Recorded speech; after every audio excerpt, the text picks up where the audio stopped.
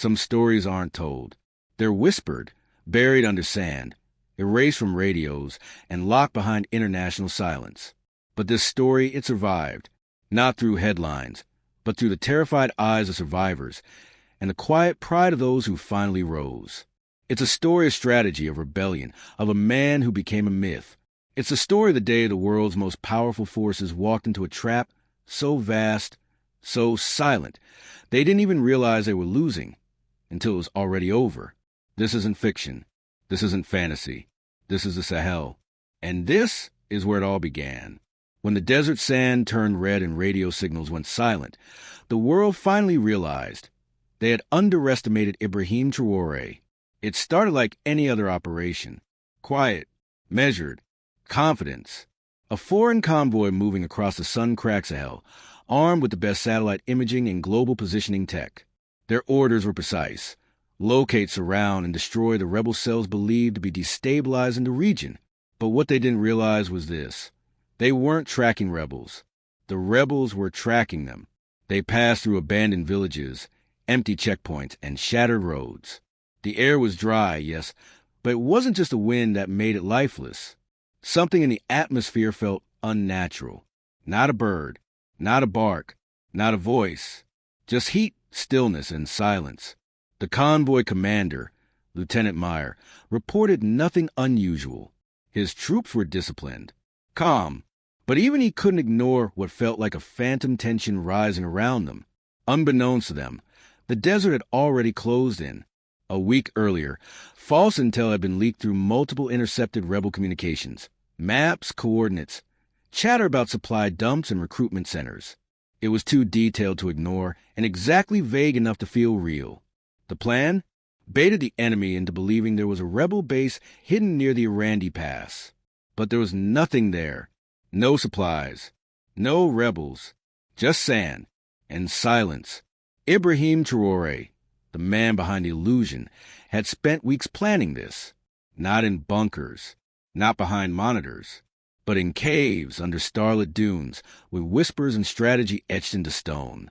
He had no drones, no satellites, but he had something else, patience and pain. Born into a land where foreign boots had walked for generations, Traoré had once believed diplomacy could heal Africa. He had stood in halls where suits spoke peace and weapons whispered promises. But then came the betrayals, the airstrikes that hit schools, the elections backed by outside hands, the aid that came with strings and spies. His belief in dialogue died the day he stood in the ashes of a village and watched a mother carry her burned child to a hospital that no longer had walls. That was the day the soldier in him awakened, not out of revenge, but out of necessity. And so, he became what they feared most, a strategist with nothing to lose. Traoré did not command armies. He commanded loyalty. His fighters didn't wear uniforms. They wore resolve. They didn't carry rank. They carried vengeance. And they weren't fighting for headlines. They were fighting to never be forgotten again. The convoy advanced into the Irandi zone, unaware that they were now inside a circle that had already closed. Private Langley, a foreign soldier, scanned the horizon. His radio crackled. Nothing but wind. Strange, he muttered, adjusting his headset. Should be at least some chatter. Then, just as he reached for his canteen, he heard it. Not a sound, but the absence of it. No engine hum. No boots crunching gravel. Just stillness. Then the sand exploded. From beneath dunes came the roar of improvised explosives, planted weeks in advance, and triggered with surgical precision. Vehicles flipped. Metal tore like paper. And then the second wave came. From the ridges and the broken earth, motorcycles screamed across the landscape, camouflaged with the dust. They seemed to rise from the sand itself. The rebels struck with terrifying speed. Silent, focused, coordinated.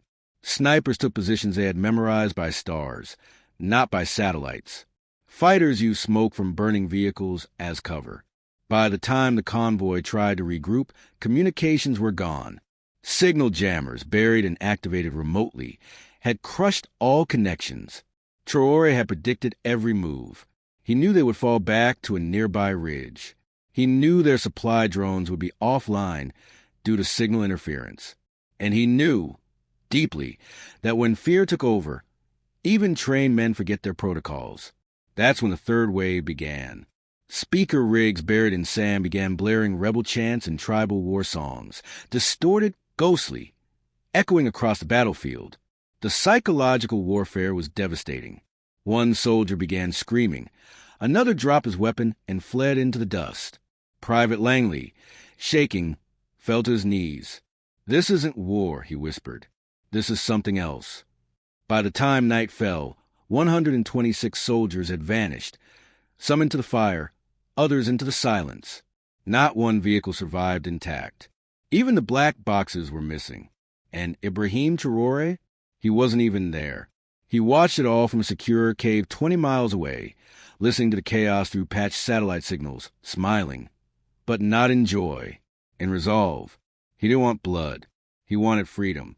And this, he believed, was the only language his enemies would understand. News of the ambush didn't spread immediately. The governments involved buried the story. No press, no footage, just sanitized reports and vague military briefings. But the desert spoke, and the silence screamed. Traoré's legend had begun, not as a general, not as a terrorist, but as a ghost commander who made the world's best-trained soldiers disappear into sand without ever firing a gun himself. To his people, he wasn't just a man anymore. He was proof that in a world built on control, strategy, and power, there was still room for courage. The ambush was just the beginning, and the world hadn't even begun to understand what had just happened. In the days that followed the ambush, the world didn't speak. Not because it had nothing to say, but because it was too stunned to understand what had just happened. No major networks covered the event. No official press releases. But inside high-security war rooms, generals whispered. Heads of state reviewed blurry satellite maps. And intelligence agencies scrambled to answer one question they never expected to ask. How did Ibrahim Traoré outmaneuver us? To the people of the Sahel, however, no explanation was needed. They didn't need reports. They didn't need confirmation. The winds told them. The silence told them. And most importantly, their hearts told them, because they had seen it before. They had seen leaders talk of freedom while bowing to foreign interests. They had seen aid convoys that fed the elite while children died with flies in their eyes. They had heard promises wrapped in deception, and they had watched their soil soaked in a war they never asked for. But this was different. This was not just a counterattack. It was a declaration. A message not delivered in speeches or ink, but in action. And somewhere in the heart of the desert, Ibrahim Traoré stood alone before a shallow grave. The grave wasn't for his enemies. It was for a man named Mehdi, one of his earliest comrades. A boy he had trained with, laughed with, and bled beside. A man who had been caught weeks earlier by foreign forces and executed without trial. His body dumped near a dried-up well. Traoré knelt by the grave, his hand brushing the sand from Mehdi's face, eyes burning, not with rage, but with resolve. "Your blood won't disappear into this dust," he whispered. "It will mark the map they thought they owned." Traoré had no time for mourning. Not now. Within hours of the ambush, retaliation efforts began. Surveillance drones swarmed the skies. Troop reinforcements were rushed to the region, but they weren't entering Sahel soil. They were entering Traoré's design. The terrain was now a puzzle only he knew how to navigate. He had mapped the land differently, not through digital coordinates, but through memories. Caves where his people had hidden during previous occupations. Paths used by nomads. Routes once traveled by ancestors under moonlight. He wasn't just fighting for territory. He was reclaiming it. And his next move would show the world that the ambush wasn't a one-time miracle. It was part of a strategy they didn't even have a name for yet. While foreign forces set up temporary forward bases along the perimeter of the Irandi region, Traoré moved with an elegance that mirrored a ghost. Never too far, never too close. He understood the most powerful weapon in war isn't always firepower, it's uncertainty. And that's what he gave them. Uncertainty. One night, they would find half their supplies stolen from right under their noses. Another night, their water tanks would be slashed. Once, they woke to find rebel graffiti scrawled across their armored vehicles. Written in red clay, "You do not belong here." No bullets. No deaths. Just fear. The kind that grows with silence. Inside the command tents of foreign battalions, confusion turned to paranoia. Troops began suspecting local allies. Intelligence units questioned their own informants. Everyone looked for traitors. But there were none. Only Traoré, watching, waiting, and then came the broadcast. No one knew how he hijacked the radio signals. But suddenly, in cities across West Africa, on crackling old speakers in cafes, on dusty radios in homes, even in police stations, his voice cut through the static. Calm, steady, measured. This is not war, he said. This is reclamation. He didn't yell. He didn't preach. He spoke like history itself, slow, deliberate, undeniable. For too long, our soil has been signed away in silence. Our skies have been sold in deals we never voted for. Our people have died, not in battle, but in statistics. We are not your project. We are not your testing ground. We are not your resource. We are Africa. And today we bear your illusions. It wasn't just the words. It was the timing. The speech came just 2 days after the ambush. Just 1 hour after another supply convoy mysteriously vanished without distress signals. Just minutes before a foreign base experienced a blackout that took 3 hours to fix. It was psychological warfare in pure form. And it worked. Governments began to panic, not because of the attacks, but because of the narrative shift. Traoré wasn't just winning on the battlefield. He was winning hearts. And in modern conflict, that is more dangerous than any gun. Meanwhile, inside Burkina Faso, his support grew. Villagers painted murals of him, bare-faced, no crown, just eyes burning like fire. Young men began training in secret. Elder women blessed his name in prayer circles. Former politicians reached out anonymously, offering knowledge, maps, and leverage. But even as his legend grew, Traoré knew the danger of becoming an icon. Icons are easy to kill. So he vanished again. Even his own commanders rarely saw him. He kept movement limited, location secret. When he spoke to his fighters, it was brief, symbolic, and layered with meaning. "Do not fight for me," he once said. "Fight for what we could become, if they stopped holding us down." And when a young fighter asked, "What if they kill you, brother?" he replied with a faint smile, "Then I become the wind, and the wind cannot be killed." In the shadows of that desert, he was more than a man. He was becoming a philosopher. But philosophies, like flames, need oxygen to survive. And the oxygen came in the form of a mistake. A miscalculation by the foreign coalition. In their desperation to reclaim control, they launched an operation without proper intel, sending 40 vehicles into a stretch of land they believed was safe. It wasn't. Traoré was already there, not with guns, but with cameras. As the convoy entered the region, his drones, salvaged and reprogrammed, hovered above and captured everything. When the soldiers exited their trucks, they found nothing. No rebels. No ambush. Just silence. Again, until they looked at the sky and realized they were being filmed. The footage went viral, not because it showed violence, but because it showed control. They weren't just being hunted. They were being humiliated. The world watched the soldiers scramble back to their vehicles, unsure where the enemy was, or there even was one. The message was clear. We know where you are. You don't know where we are, and we're not leaving. Traoré didn't need to fire a bullet to win that round. He just needed to show that in his land, invisibility was more powerful than presence. And across the continent, whispers grew into voices. Could this be the beginning? Was this the birth of a new order? Or was it the final storm before collapse? The world was watching, but the Sahel was already moving, and the ghost commander had more to say. The footage of the exposed convoy didn't just travel, it echoed. From darkened war rooms in Western capitals to village coffee stands in Bamako, from encrypted journalist circles to silent night watch patrols, one fact became unshakable. Ibrahim Traoré was no longer hiding. He was leading without being seen. He was speaking without moving his lips. He had seized the most powerful weapon of the century, perception, but what he was about to do next would push everything even further, beyond tactics, beyond spectacle, into something far more dangerous, hope. And hope, when weaponized, becomes a revolution. 3 nights after the drone footage went viral, a group of local military officers, trained in foreign academies, loyal to governments that answer to other governments, held a quiet meeting in Ouagadougou. They had questions their superiors couldn't answer. How did we lose to a force with no air power? Why didn't we see it coming? Why are we chasing shadows while our people starve? There were no answers, only unease. And then someone asked a question that would shake the entire room. What if Traoré isn't the enemy? That sentence didn't lead to an answer.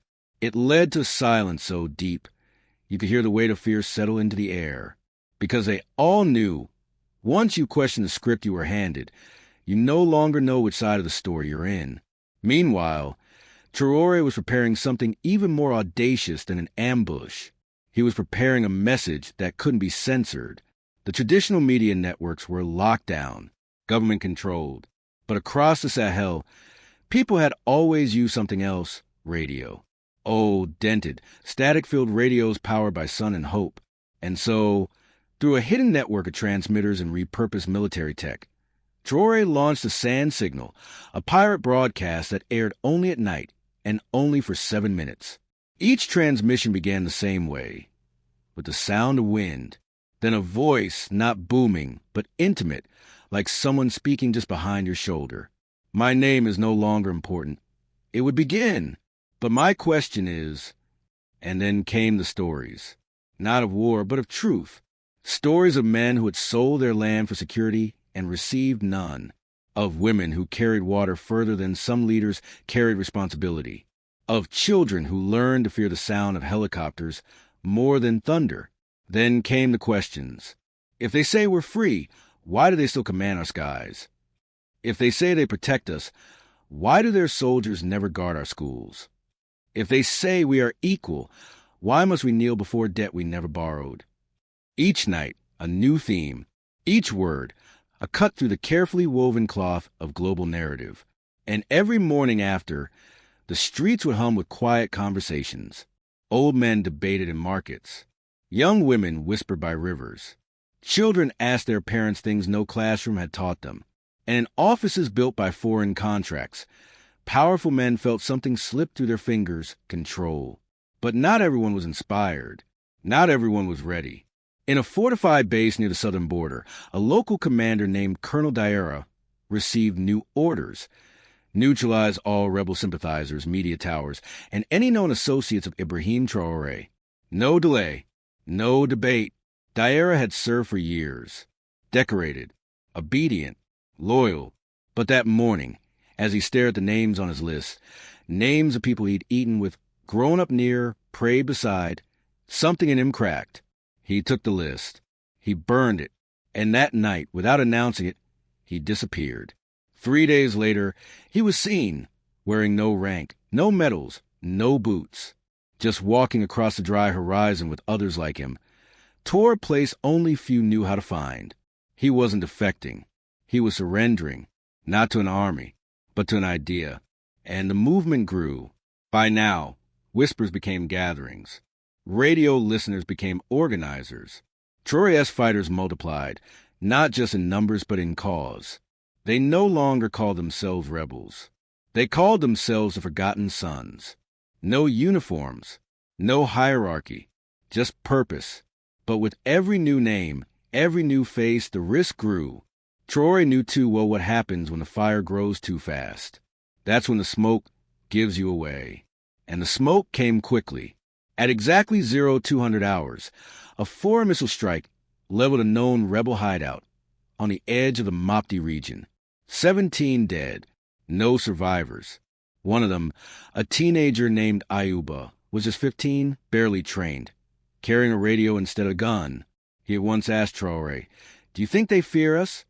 Traoré had replied, "No, they fear what happens if we stop fearing them." His death changed everything. The next night, the Sand Signal didn't start with the wind. It started with a name. "Ayuba," Traoré said. Then silence. Then he had no bullets, only questions. And for that, they gave him fire. It was the most emotional broadcast yet, and it shattered the line between resistance and revolution, because for the first time, the people didn't just listen, they responded. Mothers marched in protest with veils over their faces. Teachers wrote his name on chalkboards. Fishermen painted boats with rebel slogans. And in the capital, students held a silent vigil. They didn't yell. They didn't fight. They just stood still, 1,000 bodies forming a map of their country. But the silence couldn't last. The foreign powers were running out of patience. They called emergency meetings, labeled Traoré a threat to regional stability, demanding neighboring states assist in his capture. Yet behind closed doors, even they were divided. Some saw him as a terrorist. Others saw him as a visionary. All of them feared one thing. He was winning without a state. No passport, no title, no embassy, no budget, just belief. And belief is a currency far more dangerous than gold. Across Africa, resistance leaders began mentioning his name in speeches. Graffiti of his face appeared in Senegal, Niger, even as far as Tanzania. Protest chants carried a phrase that sent shivers through international observers. The ghost walks with us. Because now, Traoré wasn't just in Burkina Faso. He was everywhere. Or at least, everywhere they never expected him to be. And still, he didn't celebrate. He didn't gloat. He knew what came next would test not just his strategy, but his soul. Because to carry this kind of movement, you must be willing to lose yourself. And the enemy? They were preparing something massive. A strike, one so violent, so final, it would either end the legend or ignite a war that couldn't be undone. But Traoré was already moving, not to fight, but to remind them, you can chase a man. But how do you chase the wind? The enemy moved fast.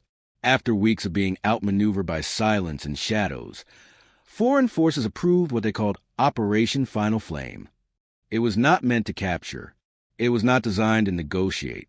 It was crafted to destroy, decisively, publicly, and permanently, their target.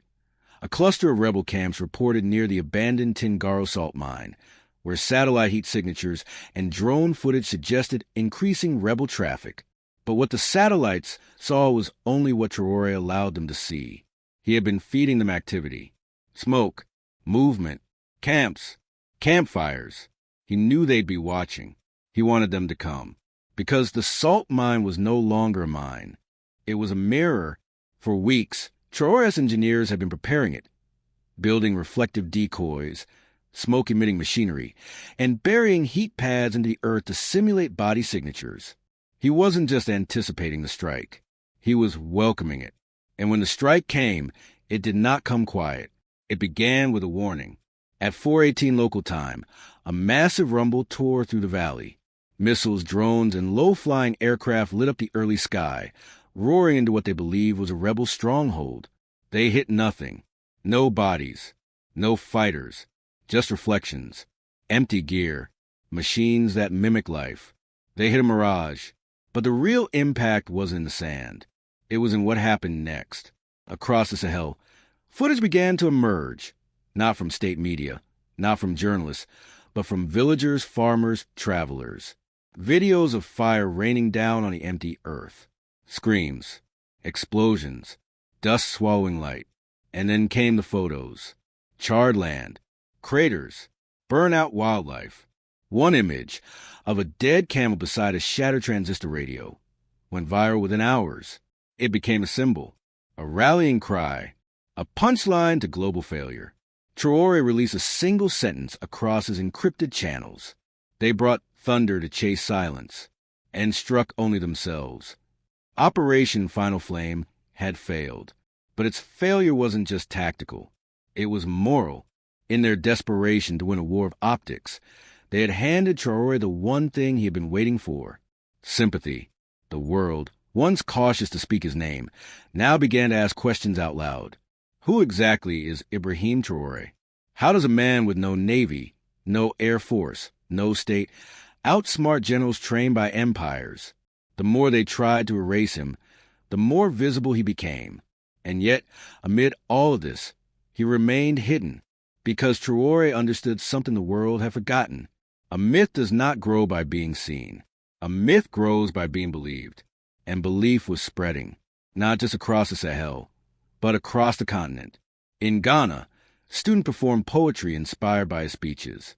In Nigeria, market women wore cloth bearing his image, not as a leader, but as a symbol of defiance. And in Congo, protesters carried signs that read, "Your silence is our teacher. Your wind is our guide."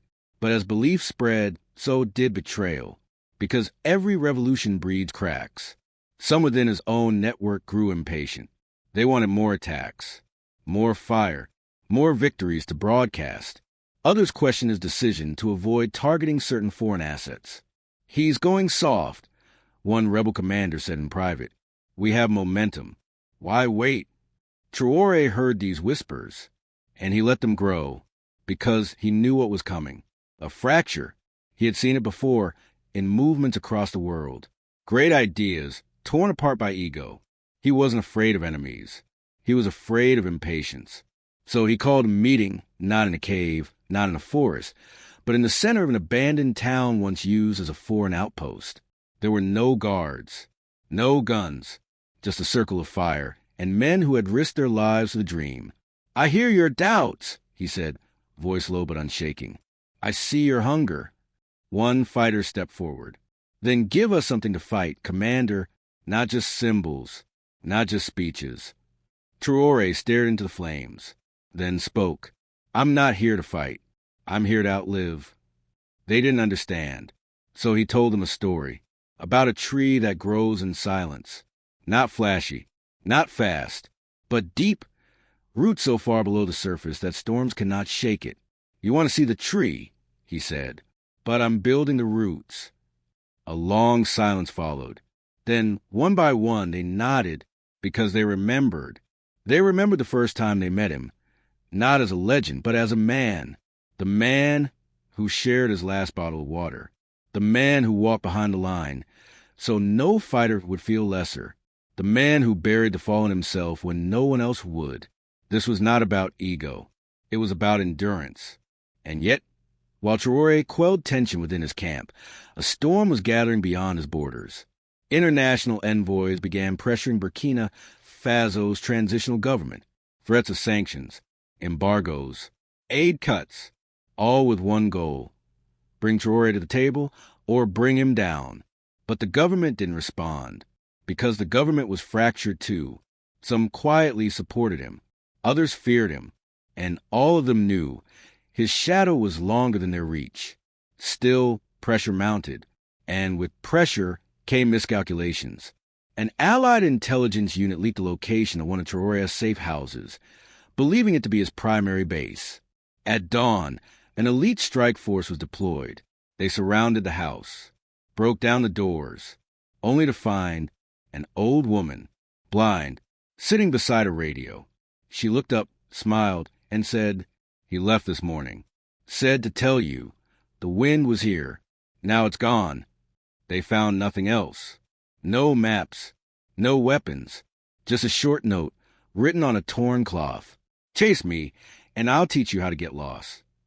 The strike team left humiliated, again, but humiliation wasn't their greatest problem. Their greatest problem was that their own soldiers were starting to question everything.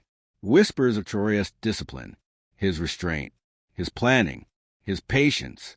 They were talking not about a warlord, but a leader. And leadership, real leadership, terrifies those who rule by fear, because it cannot be bought, it cannot be bombed, it cannot be silenced. And so, from Washington to Paris to Geneva, reports began floating of a new plan. Not an ambush, not a drone, but something more effective: character assassination. They would launch a campaign to discredit him.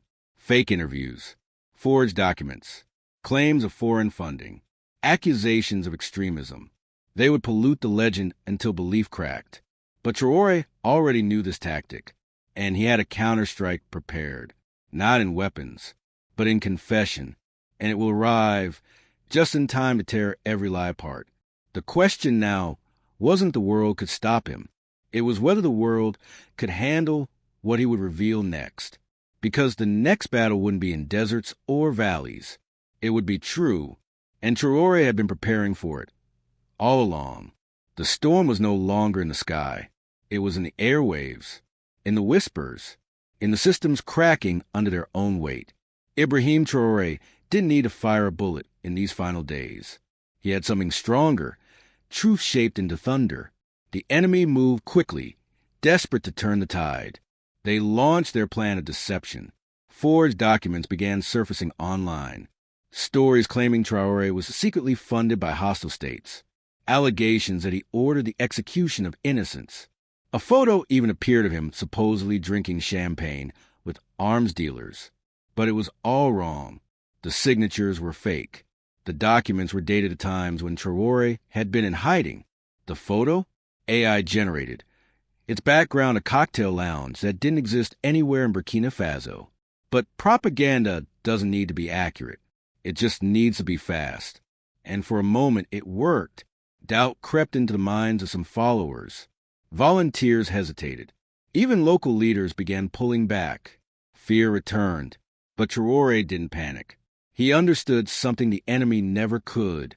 When lies rise quickly, truth must rise slowly, but always stands longer. And so, he didn't issue denials. He didn't speak for 4 days. Instead, he prepared his final strike. Not on a military base, not on a convoy, but on the narrative itself. He summoned only one journalist, an old African war reporter named Bamba Diallo, blacklisted by 3 countries, survivor of 6 coups, and a man who had seen hope die more times than he could count. Traoré gave him a backpack. Inside it, a journal, written by hand. No fanfare, no speeches, just pages filled with memories, questions, pain, and strategies. Every ambush, every death, every mistake, every moment of doubt, not to glorify himself, but to show the cost of resistance, the weight of sacrifice, the moments no one ever records, the nightmares, the broken friendships, the betrayals from within, the names he couldn't save, the names he still hears in his sleep. Diallo read it all, then asked him, why now? Traoré looked away for a long time, then said, because I'm not afraid to be judged. I'm afraid to be misunderstood. Diallo published the journal unedited, raw, brutal, honest, and it burned across the world like wildfire. Suddenly, people weren't reading about a hero or a villain.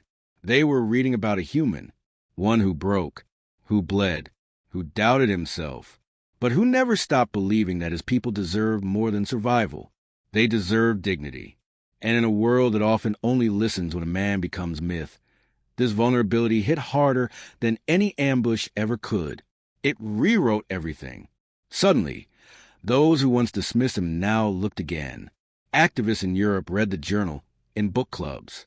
A former UN peacekeeper resigned, citing the story as his final awakening. In Kenya, a young girl stood in front of her classroom and recited Traoré's journal like it was a sacred text. And the governments? They couldn't fight what was already in the hands of the people.